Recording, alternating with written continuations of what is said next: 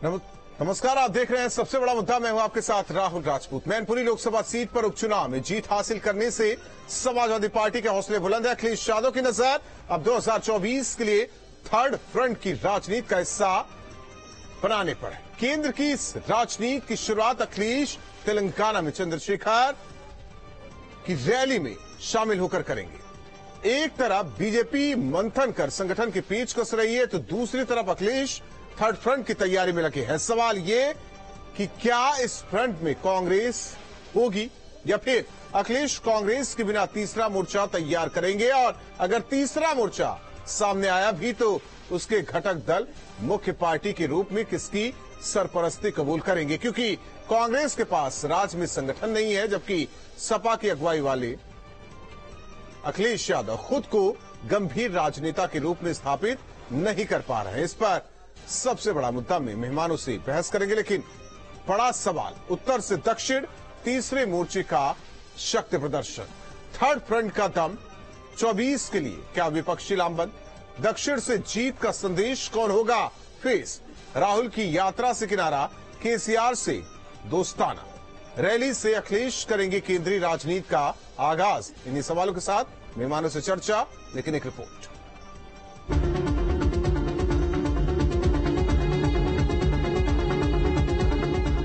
लोकसभा चुनाव में भले ही अभी 1.25 साल का वक्त बाकी हो, लेकिन सभी दल 2024 के चुनावी मोड में दिख रहे हैं। देश में कांग्रेस और बीजेपी नेतृत्व वाले मोर्चे को छोड़कर अब नेताओं के बीच तीसरे मोर्चे के गठन की सुगबुगाहट शुरू हो गई है, और इसके लिए नेताओं ने मिलने का सिलसिला भी तेज कर दिया है। अभी तक तैयारियों के मामले में एसपी बीजेपी से पीछे दिख रही थी, लेकिन अब अखिलेश ने भी मोर्चेबंदी शुरू कर दी है। अखिलेश यादव लोकसभा चुनाव 2024 से पहले केंद्र सहित यूपी में थर्ड फ्रंट के साथ आगे बढ़ने की तैयारी में है। विपक्ष के पास न नेता है, न नीयत है, न वादे हैं, न इरादे हैं, न मुद्दे हैं। पूरा विपक्ष बिखरा हुआ है। और जहां तक बात रही उत्तर प्रदेश की, तो 2014 से लेकर 2022 तक अखिलेश यादव जी ने समीकरण, वशीकरण, तुष्टीकरण, ध्रुवीकरण, जितने भी करण और कारण हैं, उनका इस्तेमाल करके देख लिया। कभी राहुल गांधी जी के साथ रथ पर सवार हुए, तो कभी मायावती जी के चरणों में जा गिरे, लेकिन जनता ने उनको आशीर्वाद नहीं दिया। यूपी में कांग्रेस की भारत जोड़ो यात्रा में निमंत्रण के बाद भी उससे दूरी बनाकर रखने वाले सपा अध्यक्ष अखिलेश यादव अब तेलंगाना में होने वाली केसीआर की विशाल रैली में शामिल हो रहे हैं। अखिलेश के साथ इस रैली में दिल्ली के सीएम अरविंद केजरीवाल सहित कई विपक्षी नेता शामिल होंगे, जिस पर कांग्रेस की प्रतिक्रिया सामने आई है। यात्रा में जिस तरीके का प्रेम, मोहब्बत, भाईचारा देखने को मिल रहा है, कौन किसके साथ कहां जा रहा है, ये 2024 पर तय हो जाएगा। देश की जनता बदलाव चाहती है, कोई कहीं भी जा सकता है, किसी कहीं से भी चुनाव लड़ने का अधिकार है। अखिलेश यादव कहां जा रहे हैं, क्यों जा रहे हैं, उनकी जिम्मेदारी, उनकी अपनी पार्टी है, उनकी अपनी विचारधारा है। मगर सवाल है कि लोकतंत्र में जिम्मेदारी भी निभाना चाहिए देश को बचाने के लिए। बीएसपी ने पहले ही आगामी चुनाव में अकेले चुनाव लड़ने का ऐलान कर दिया है। विधानसभा के वे अगले वर्ष देश में लोकसभा के लिए होने वाले आम चुनाव में भी हमारी पार्टी बीएसपी किसी भी पार्टी के साथ कोई भी गठबंधन करके ये चुनाव नहीं लड़ेगी, बल्कि अकेले अपने बलबूते पर ही ये सभी चुनाव लड़ेगी। भारत जोड़ो यात्रा से दूरी बनाने वाले अखिलेश पर सवाल लगातार खड़े हो रहे हैं। अखिलेश यादव तेलंगाना के 2 दिन के दौरे पे हैं। इसका कयास लगाया जा रहा है कि एक मोर्चा तीसरे मोर्चे के रूप में बन सकता है, लेकिन जिस तरह से बीएसपी ने साफ कह दिया है कि वो चुनाव अकेले लड़ेंगे, कांग्रेस के भारत जोड़ो यात्रा में समाजवादी पार्टी खुद नहीं गई, इन सब चीजों से लग रहा है कि विपक्ष अभी भी वहीं का वहीं खड़ा है। क्या ये फ्रंट बिना कांग्रेस के बनेगा, या चुनाव नजदीक आते आते समीकरण एक बार फिर से बदल सकते हैं, क्योंकि राजनीति में कुछ भी असंभव नहीं है। लेकिन अगर थर्ड फ्रंट बनता है तो पीएम का फेस कौन होगा? Team news state. और हमारे साथ मेहमान जुड़ चुके हैं। सबसे पहले परिचय करवा दें, जुगल किशोर जी प्रवक्ता बीजेपी, डॉक्टर दयाराम भार्गव जी प्रवक्ता एसपी, प्रोफेसर भुवन भास्कर जोशी जी प्रवक्ता समाजवादी पार्टी, अंशु अवस्थी जी प्रवक्ता कांग्रेस। आप सभी मेहमानों का स्वागत है। प्रोफेसर भुवन भास्कर जोशी जी, केंद्र की राजनीति में अपने आप को स्थापित करने की कोशिश में अखिलेश यादव जा रहे हैं साउथ में, लेकिन दूसरी ओर राहुल गांधी जब सभी विपक्षी दलों को कहते हैं कि आइए यात्रा में शामिल होइए, तो महज अप्रत्यक्ष रूप से सपोर्ट किया जाता है। और ये थर्ड फ्रंट क्या बिना कांग्रेस के अगर है तो फिर चेहरा कौन? क्योंकि एक अनार 100 बीमार वाली कहानी थर्ड फ्रंट में भी। माननीय अखिलेश यादव जी ने कहा है कि विपक्षी एकता के लिए जो भी प्रयास करेगा, माननीय नीतीश कुमार जी ने करा, माननीय ममता बनर्जी साहब ने करा और माननीय चंद्रशेखर राव साहब ने करा, तो निश्चित तौर पर हम इनका स्वागत करते हैं। इसके साथ साथ हमारा ये मानना है कि देश का नेतृत्व कौन करेगा ये देश तय करेगा और देश ने पहले भी तय करा है। मैं आपको थोड़ा सा उदाहरण देकर बताना चाहता हूँ।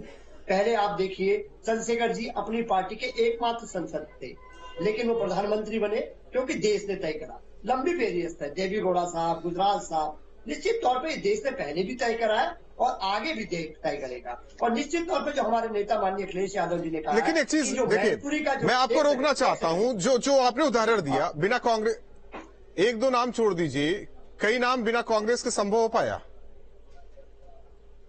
मैंने आपको जो पहला उदाहरण दिया वहीं से मैं आपकी अपनी बात, इसीलिए तो मैं भी कह रहा हूं ना कि एक दो नाम को छोड़ दीजिए, बाकी नामों को लेकर क्या बिना कांग्रेस के संभव हो पाया? राजपूत जी, हमने बोला है, हमने अभी जो आप यात्रा का भी जिक्र कर रहे थे, हमने कहा था कि माननीय राहुल गांधी जी को हमने बधाई भी दी उस यात्रा के लिए, लेकिन जो हमारी पॉलिटिकल अप्रोच है वो अलग है। जो हमारी जो पॉलिटिकल अप्रोच है वो अप्रोच निश्चित तौर पे समाजवादी है और वो अप्रोच है महात्मा गांधी की, भगत सिंह जी की और नेशनल मंडेला साहब की, माननीय नेताजी की, डॉक्टर राम मनोहर लोहिया जी की। ये हमारी विचारधारा, हम इसको लेके आगे बढ़ने का काम करते हैं। और निश्चित तौर पे आज जो मैनपुरी का मॉडल है वही देश की सर, एक सवाल है आपसे, देखिए बाकी मेहमानों का, कांग्रेस रहेगी आप लोगों के साथ या फिर कांग्रेस को आप लोग अपनी सूची में ना ही गिन के चल रहे हैं? देखिए, माननीय अखिलेश यादव जी ने स्पष्ट तौर पे कहा कि हम कोई भी राष्ट्रीय पार्टी से समझौता नहीं, ठीक, ये पूरे उन्होंने खुले मन से उन्होंने, ठीक है। अंशु अवस्थी जी भारत जोड़ो यात्रा पर निकले हुए हैं राहुल गांधी। नफरत के इस माहौल में वो प्यार की दुकान खोलकर बैठे हुए हैं। सभी विपक्षी दलों से कहते नजर आए कि आइए एक साथ एक मंच या हमारी यात्रा में शामिल हो जाइए। क्या भरोसा नहीं कांग्रेस पर? नहीं राहुल जी, देखिए सभी को भरोसा है और देश इस बात को जानता है कि अगर कोई भारतीय जनता पार्टी से लड़ सकता है, जनता के मुद्दों पर आवाज उठा सकता है, नौजवानों की बात कर सकता है, किसानों की करता है और किया है पिछले 8 साल में, तो वो कांग्रेस पार्टी है, राहुल गांधी जी। अब ये भरोसा पूरा है, डर, क्योंकि कांग्रेस पार्टी लगातार जनता के मुद्दों पर लड़ाई लड़ रही है। हम जनता के बीच में जा रहे हैं। भारत जोड़ो यात्रा जो कार्यक्रम है उसकी जो अपार सफलता है, आप देखिए कि सभी ने शुभकामनाएं दी, ठीक है, नहीं शामिल हो पाए, उसके पीछे भी डर है। ऐसा नहीं कि वो शामिल नहीं होना चाहते थे, तो हो सकता है कोई मजबूरी हो जिसकी वजह से वो गठबंधन ना कर रहे हो, लेकिन ठीक है, हम जनता के मुद्दों पर जनता के बीच में जाएंगे। हम चाहते हैं कि भाजपा जो लगातार देश को कमजोर कर रही है, नौजवानों के मुद्दे पर चर्चा नहीं हो रही है, चुनाव अप्रैल 2024 में होगा और उसकी आज डिबेट हम लोग कर रहे हैं, लेकिन बेरोजगारी, महंगाई, 400 का गैस, 1200 का, तो ये जो सारे मुद्दे, इन पर चर्चा नहीं हो रही है। हम इन पर चर्चा चाहते हैं, इन पर चर्चा करें। राहुल गांधी अपनी भारत जोड़ो यात्रा में कर रहे हैं, अखिलेश यादव अपनी बात कह रहे हैं, चंद्रशेखर राव अपनी बात, ममता बनर्जी, नीतीश कुमार, तेजस्वी यादव सब अपनी अपनी बात कह रहे हैं। लेकिन सवाल ये है कि आखिर अब कांग्रेस को भुलाया क्यों जा रहा है? राहुल जी नहीं, अब बात तो सुनिए, पहले तो विपक्ष तो एकजुट हो, विपक्ष के मुद्दों की बात, विपक्ष तो एकजुट हो। सर अपनी बात कर रहे हो, सपा अपनी बात कर रहे हो, मैं चाहता हूं, मैं ये जानता हूं कि एक तरफ सत्ता पक्ष तो दूसरी ओर विपक्ष, लेकिन अभी तक क्या देखा गया है? देश के आम नागरिकों के मुद्दों की बात कर रहे हैं, हम लगातार जनता के मुद्दों की बात कर रहे हैं, लेकिन बाकी लोग अपनी बात कर रहे हैं। ये भी अच्छी बात आपने कही, बहुत अच्छी बात है। हम अपने प्लेटफॉर्म पर जनता के मुद्दों पर बात पहले तो जो आंकड़ा चाहिए लोकसभा में, जो आंकड़ा चाहिए वो तो हासिल कीजिए। चाहे वो पूर्ण बहुमत से आइए या फिर साथ लेकर आइए, वो आंकड़ा कौन लाएगा? जी जी, कांग्रेस को पूछा नहीं जा रहा है, थर्ड फ्रंट की तैयारी है। राहुल जी देखिए, वो आंकड़ा आप बिल्कुल निश्चिंत रहिए, 2024 में वो कांग्रेस के नेतृत्व में वो आंकड़ा आपको दिखेगा। और जितने भी दल हैं जो समान विचारधारा है, जो चाहते हैं इस देश में संविधान सुरक्षित हो, जो चाहते हैं इस देश में नौजवानों के रोजगार की बात हो, किसानों की बात हो, महंगाई पर बात हो, वो जरूर हमारे साथ। देखिए साउथ की स्थिति क्या है, साउथ की स्थिति क्या है कि कांग्रेस कितनी मजबूत है, आप जिसका दम्भ भर रहे हैं। उत्तर प्रदेश में क्या स्थिति है, बिहार में आपकी क्या स्थिति है, महाराष्ट्र में आपकी क्या स्थिति है, या फिर हम राजस्थान, छत्तीसगढ़, मध्य प्रदेश की बात करें क्या स्थिति है, पंजाब में क्या स्थिति है, पहले इसका आकलन कर लीजिए। और इसीलिए ना वो पुरोधा जो एक मिनट बात तो सुनिए, मैं आपसे देखिए, आपकी बात आगे बढ़ाएंगे, लेकिन जो पुरोधा जो 17 बैठे हुए हैं वहां प्रादेशिक पार्टियों के, वो तो आपको भारीपन से तो ले नहीं रहे कि हाँ कांग्रेस में दम है। इसे आकलन करने की जरूरत है, आप मानिए ना मानिए। जुगल किशोर जी, देखिए थर्ड फ्रंट तैयार हो रहा है, आ रहे सर, मैं 10 आ रहे कंप्लीट आ रहे सर, आ रहे, फिर यही बात आप आगे बढ़ाइएगा। आ रहे देखिए जुगल किशोर जी, आ रहे सर। अंशु कांग्रेस को कमजोर या मजबूत की बात कर रहे हैं, उनको ये इतिहास याद रखना चाहिए कि 1998 में भी हमारी 0 सीट थी, 2004 में इसी जनता ने 22 सीटें दी, 21 हमारे एमपी जिताए।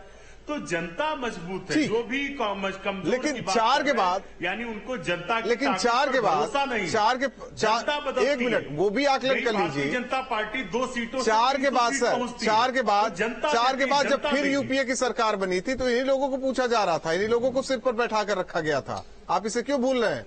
जुगल किशोर जी, कांग्रेस से लड़ाई तो है ही अब थर्ड फ्रंट।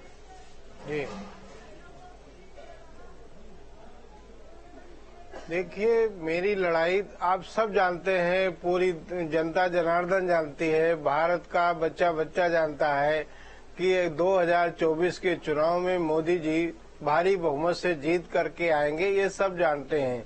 इसलिए कोई भी व्यक्ति प्रधानमंत्री जी के सामने, माननीय नरेंद्र मोदी जी के सामने प्रधानमंत्री का चेहरा नहीं बन रहा है। इसलिए नहीं बन रहा है कि कोई भारत यात्रा पे निकल रहा है, कोई तेलंगाना निकल रहा है, जिनका वजूद अपने प्रदेश में नहीं है जी, लेकिन तेलंगाना में जाकर के, जहां उनकी एक वोट नहीं है, वहां तेलंगाना में जाकर के रैली कर रहे हैं। यहाँ तो उत्तर प्रदेश के अंदर उनकी 5-6 सीटें हैं और उनकी 1 सीट कांग्रेस की है। ये क्या अपनी पुनः वापसी कर पाएंगे? कांग्रेस अपनी पुनः सीट वापस कर पाएगी एक, कि बीजेपी का ना समाजवादी पार्टी कर पाएगी? यहाँ तो उत्तर प्रदेश का ये हाल है कि 80 की 80 सीटें भारतीय जनता पार्टी आज जीतने जा रही है। पूरे देश के अंदर अभी प्रधानमंत्री जी की बराबरी कोई नहीं कर रहा है। ये कह रहे एक काम बताओ, एक काम बताओ। अरे महाराज, एक काम बताएं, उत्तर प्रदेश के अंदर जो भी सरकारें रही, कितने मेडिकल कॉलेज बनाए, कितने इंजीनियरिंग कॉलेज बनाए, किसने मुफ्त राशन वितरित किया गरीबों के लिए? गरीबों को मर रहा था, ये गरीबी मिटाने की बात कर रहे थे। किशोर जी देखिए, अगर योजनाओं से आंकड़े राशन बांट करके, अगर योजनाओं से लोकसभा के आंकड़े पा लेती तो हमें लगता है कि एक ही पार्टी की सत्ता चलती रहती। अभी मानी कांग्रेस के प्रवक्ता, मानी कांग्रेस के प्रवक्ता कह रहे थे, इसलिए मैं उसका जवाब दे रहा हूं। अभी कांग्रेस के प्रवक्ता ये बोल रहे थे, इसलिए मैं जवाब दे रहा हूं। मैं तो इन बातों पे चर्चा नहीं करता, आंकड़ा पे नहीं। देखिए, मेरी पार्टी 365 दिन चुनाव की तैयारी में लगी रहती है। अभी आपने देखा कि हमारी राष्ट्रीय कार्यकारिणी की बैठक हुई और वहां सभी के पेच कसे गए, सभी कार्यकर्ताओं के, और चुनाव में कह दिया गया कि जहां सीटें हम जीते थे वो तो हमारी है ही है, जहां हम सीटें नहीं जीते थे वहां पूरी पुरजोर ताकत लगा करके उन सीटों को जीत करके लाना है। वहां पे हमारी सारी व्यवस्था कर दी गई, सारे पदाधिकारियों को लगा दिया गया। अब वहां की हम तैयारी कर रहे हैं, जो हम नहीं जीते थे। जहां जीते थे तो वो तो हम जीतेंगे ही, जहां नहीं जीते थे वहां जीतने की तैयारी चल रही है। देखिए, जेपी नड्डा साहब उनके नेतृत्व में कई प्रदेशों के चुनाव हुए, हम लोग कई प्रदेशों के चुनाव जीते, उनको एक साल अभी 2024 तक पुनः रिपीट कर दिया गया। इनके यहाँ तो अभी ये भी तय नहीं है कि राष्ट्रीय अध्यक्ष कांग्रेस में कौन बनेगा कौन नहीं बनेगा। बन गए लेकिन चुनाव के आते हैं जुगल जी, आपका रुख करते हैं 1 मिनट। अभी तो इनके डॉक्टर दयाराम भार्गव जी, थर्ड फ्रंट की तैयारी हो रही है, लेकिन जो प्रदेश में राजनीतिक पार्टियां रही जिनके साथ चुनाव अखिलेश यादव ने लड़ा, उनको तो भूल गए। मैनपुरी चुनाव में चाचा साथ आ गए, यहां तो समाहित नहीं कर पाए अपने साथ, सहभागिता तो नहीं निभा पाए। साउथ का रुख कर रहे हैं अखिलेश यादव। है कि अगर घर में मजबूत हो ना तो बाहर भी होता है। एक देसी कहावत, अगर घर से खा के चलो पेट भर तो बाहर वाला भी भोजन करा देता है। जिस प्रदेश में आप हैं, 2017 में चुनाव लड़े थे, 44 पे आए। सुहेलदेव भारतीय समाज पार्टी के ताकत के बल पर पे आप 111 सीट पे आए। ये समाजवादी के लोग इसको नहीं समझेंगे। समाजवादी के अंदर इतना गुमान हो गया है कि बोरा भर भर के वोट इनको मिल जाता है, इन्हें अब किसी की जरूरत नहीं है। यही गुमान इनको 3 चुनाव में पीछे चले गए हैं। जब से मुलायम सिंह स्वर्गीय हो गए, उससे पहले जब से उनका कुर्सी छीन करके आदरणीय अखिलेश यादव जी ने राष्ट्रीय अध्यक्ष बने, अपने चाचा को किस तरह इन्होंने डैमेज किया और डैमेज करने के बाद उन्होंने दल बनाया। आज दल का विलय हो गया, लेकिन दल का अगर विलय हो गया तो दिल नहीं मिला है। मैं आपको राजपूत जी आप ऐसे पूछना चाहता हूँ, जो पीएसएल के कार्यकर्ता या पदाधिकारी थे, जो समाजवादी से नाराज थे, जो दुखी थे, वो नेता आकर के चचा शिवपाल के साथ पार्टी में गठन होकर के पार्टी को मजबूत करने का काम किया। आज वो पार्टी का विलय तो कर देते हैं, तो क्या उन कार्यकर्ताओं का दिल मिल जाएगा क्या? सबसे बड़ी समस्या ये नहीं है, उत्तर प्रदेश की जनता समझ नहीं रही है। अगर आदरणीय अखिलेश यादव को यही करना था तो क्या जरूरत था चाचा को इस तरह उनको बैक फुट पे ला करके उनकी बेइज्जती करना, उनकी अवहेलना करना, और उसके बाद अवहेलना करने के बाद फिर आप उनको लाते हैं। तो ये समाज पार्टी के मुखिया के चाल चरित्र चेहरा साफ नजर आता है। अब रही बात 2024 के चुनाव की बात, आप निकाय चुनाव को उठाकर देख लीजिए, हम स्वीकार करते हैं। आप देखिए सुहेलदेव भारतीय समाज पार्टी जब से गठबंधन से अलग हुई है, हमने सावधान यात्रा निकाला 18 मंडलों में उत्तर प्रदेश में, उसके बाद बिहार की धरती पे हमने लेकिन थर्ड फ्रंट के नेता बनना चाहते हैं अखिलेश यादव, बिना कांग्रेस के कैसे संभव? बताइए ना कैसे बन जाएंगे? वो फ्रंट बिना कांग्रेस के कैसे संभव? दूसरी ओर देखिए, एंटी बीजेपी एंटी कांग्रेस, ये थर्ड फ्रंट का मुद्दा हो गया है। सवाल इस बात को लेकर है कि नीतीश को भी भूल गए। देखो मैं बता रहा हूँ राजपूत जी, बात समझिए, मैं बहुत विस्तार से बता रहा हूँ, उसी को मैं कहना चाह रहा था। आज देश ही में अगर कोई फ्रंट में है, देश की राष्ट्रीय राजनीति में कोई विपक्ष में है तो कांग्रेस है, इसे नकारा नहीं जा सकता। अब दरअसल समाजवादी की मुसीबत जो समझ लीजिए, समाजवादी की मुसीबत जो है मुस्लिम वोट का ध्रुवीकरण है। समाजवादी इसलिए वहां नहीं जाना चाहते कि जो मुसलमान भर भर के वोट इनको देता था वो अब इनको वोट नहीं मिलेगा। इसलिए 1947 में आजादी से पहले सरकारी नौकरियों में मुसलमान जो है 38% हुआ करता था। आज 4 बार समाजवादी की सरकार रही, उत्तर प्रदेश या देश में देख लो 1% मुसलमानों का रह गया सरकारी नौकरियों में। तो कितना विकास किया इन्होंने? जिस समाज का इन्होंने विकास नहीं किया उसका वोट भर के लेना चाहते हैं। अरे भैया 4 बार रही, पहले विकास तो कर दो, उसके बाद वोट लोगे।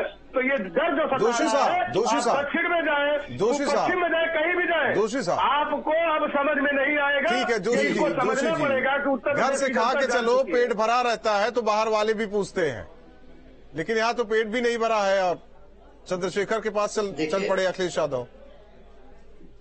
देखिए राजपूत साहब, माननीय राजभर साहब और हमारे मित्र डॉक्टर भार्गव साहब आजकल किसकी स्क्रिप्ट लिखी हुई पढ़ते हैं, पूरा प्रदेश और देश जानता है, मुझे बताने की आवश्यकता नहीं है। और जो देसी कहावत की बात ये कह रहे हैं, मैं एक बात बोलना चाहता हूँ, मैं भी गांव से जुड़ा व्यक्ति हूँ। लेकिन उन्होंने एक बात भी कही ना, विपक्ष का मतलब कांग्रेस केंद्र में, सेंट्रल में, वो तो स्क्रिप्ट नहीं है ना सर। मैं बस आप ही की बात का जवाब देता हूँ, 1 सेकेंड। हमारे यहाँ भी एक कहावत है कि 5 उंगली आजकल सभी के मुंह में जाती, सब देश और प्रदेश समझ रहा है। और निश्चित तौर पे अभी के जो चुनाव हुए उसने भी देश को दिशा देने का काम करा है। और निश्चित तौर पे हमें ऐसी वो सिंपैथी आपको मिली है भास्कर जी, वो सिंपैथी आदरणीय नेताजी की सिंपैथी आपको लिए महाराज, वो आपको वोट में कन्वर्ट, उसको मत समझिए, मैं फिर बता रहा हूँ। और वो सिंपैथी भार्गव साहब बोले दीजिए। अखिलेश यादव जी एसी से निकल के पत्नी को जिताने के लिए निकले हैं। वही अगर आजमगढ़ में गए होते, वही भार्गव जी बोलने दीजिए, में गए होते, क्यों नहीं उसका भास्कर जी को बोलने दीजिए। रामपुर में केवल एक बार आप गए हैं, ध्यान रखिएगा। मैं जो कह रहा हूं, देखो सुहेलदेव भारतीय समाज पार्टी जरूरी नहीं है कि समाजवादी की बुराई ये करे, विपक्ष होने के नाते हम बुराई नहीं करते, लेकिन हम तथ्यों को हकीकत में रखने ठीक है, हो गया। दयाराम जी एक मिनट जरा शांत रहिए, बात तो पूरी होने दीजिए भास्कर जी की। दयाराम जी, राजनीति में इतनी उत्तेजना ठीक नहीं है, हम लोग भी 28 साल से इसमें पक रहे हैं। जरा धैर्य से आपको जो समय दिया हमारे राजपूत साहब ने, उसका उपयोग करिए, और जो समाजवादी का समय है उसको सुनिए। मैं आपसे बोलना चाहता हूँ, मैनपुरी का चुनाव, खैतौली का चुनाव और रामपुर में किस प्रकार चुनाव हुआ, मैं खुद चुनाव में रखा। निश्चित तौर पे प्रदेश और देश में साफ है, और मैं आपसे कहना चाहता हूँ बहुत जिम्मेदारी ठीक है, लेकिन भास्कर जी, क्या यही लिटमस टेस्ट है जो करके साउथ का रुख कर गए अखिलेश यादव? देखिए, हमारे नेता ने कहा है ना, हम स्वागत करते हैं माननीय ममता जी का, नीतीश जी का, चंद्रशेखर राव साहब का, जो लोग विपक्षी एकता के लिए प्रयास करते हैं उनका। कांग्रेस क्या कर रही है फिर? अब कांग्रेस को हमने शुभकामना दी है, उनकी शुभकामना, और हमारा जो, लेकिन इसी पैनल में बैठे अंशु अवस्थी जी ने कह दिया कि आप लोगों को डर भी लगता है। देखिए, वो उनका विचार हो सकता है। हम तो विपक्ष के लिए जो भी प्रयास करते हैं उनको बधाई देने का काम करते हैं, शुभकामना देने का काम करते हैं, सहयोग देने का। ठीक, अंशु अवस्थी जी, लगता है कांग्रेस को जी कि हम जो लड़ाई लड़ रहे हैं, अगर साथ मिलता तो बेहतर होता, साथ नहीं मिल रहा है, लड़ाई कमजोर पड़ जा रही है बीजेपी से। देखिए राहुल जी, मैंने क्या कहा आपसे कि चुनाव अप्रैल 2024 में है, और अभी से आप जजमेंटल हो जा रहे हैं कि साथ मिला कि नहीं मिला। अरे हम जनता के मुद्दों पर लड़ाई लड़ रहे हैं, जनता का हमें साथ मिल रहा है, और आपका न्यूज चैनल भी दिखाता ही है कि भारत जोड़ो यात्रा में किस तरीके से जनता का साथ मिल रहा है। अभी 26 जनवरी से हमारा हाथ से हाथ जोड़ो अभियान शुरू हो रहा है, तो जनता का साथ हमें मिल रहा है, और हमें उम्मीद है कि जो बाकी समान विचारधारा के लोग हैं वो भी साथ देंगे। जब जब जरूरत पड़ी देश हित में दिया है। अरे इस समय अपने स्वार्थ को छोड़ के ये दक्षिण पश्चिम उत्तर जाने के बजाय इस समय देश को बचाने की जरूरत है, क्योंकि जब लोकतंत्र ही नहीं रहेगा, जिसे भारतीय जनता पार्टी ठीक है ना, शुभकामनाएं दे रहे हैं, और क्या का मतलब क्या है? लोकतंत्र का मतलब यही तो है कि जो जनता सवाल कर रही है उसे देशद्रोही कहा जा रहा है, ये लोकतंत्र है। नहीं, जो किसान आंदोलन करते तो उन्हें शुभकामनाएं तो दी जा रही है ना आप लोगों को, कहा जाता है। अब समाजवादी पार्टी को कांग्रेस नहीं पसंद है तो क्या किया जाए? हम पहले ही आपसे कह रहे हैं कि आप जजमेंटल मत हो, समय आने दें। जजमेंटल क्या, सारी वो तो अभी आपके सामने 24 तो दूर है, इस समय छोड़ दीजिए ना, 24 तो दूर है, अभी 23 में विधानसभा चुनाव होने हैं 9 राज्यों में, वो तो आपके सामने ही आएगा। इस समय जो सबसे भीड़ अगर कन्वर्ट हो जाती, सबसे बड़ा मुद्दा है, भीड़ अगर कन्वर्ट हो जाती वोटों में, तो हमें लगता है कि राहुल गांधी तो प्रधानमंत्री बन गए आपकी नजरों में। अभी से मान बैठे आप लोग। बहुत बहुत धन्यवाद हमारे साथ जुड़ने के लिए चारों मेहमानों का। जाहिर तौर पर साउथ का रुख कर रहे हैं अखिलेश यादव, थर्ड फ्रंट की बात अब होने लगे, सुबुगाहट तेज। लेकिन सवाल क्या कि बिना कांग्रेस की क्या विपक्षी एकता संभव है? सवाल इस बात को लेकर है कि जिस कांग्रेस को ना बोलकर के चंद्रशेखर राव से दोस्ताना अखिलेश यादव बढ़ा रहे हैं, क्या मजबूती मिलेगी? क्या अखिलेश यादव अपने आप को केंद्र में स्थापित करना चाहते हैं? क्या खुद अखिलेश यादव इस थर्ड फ्रंट की फेस बनने की कोशिश में है? सबसे बड़ा मुद्दा में बस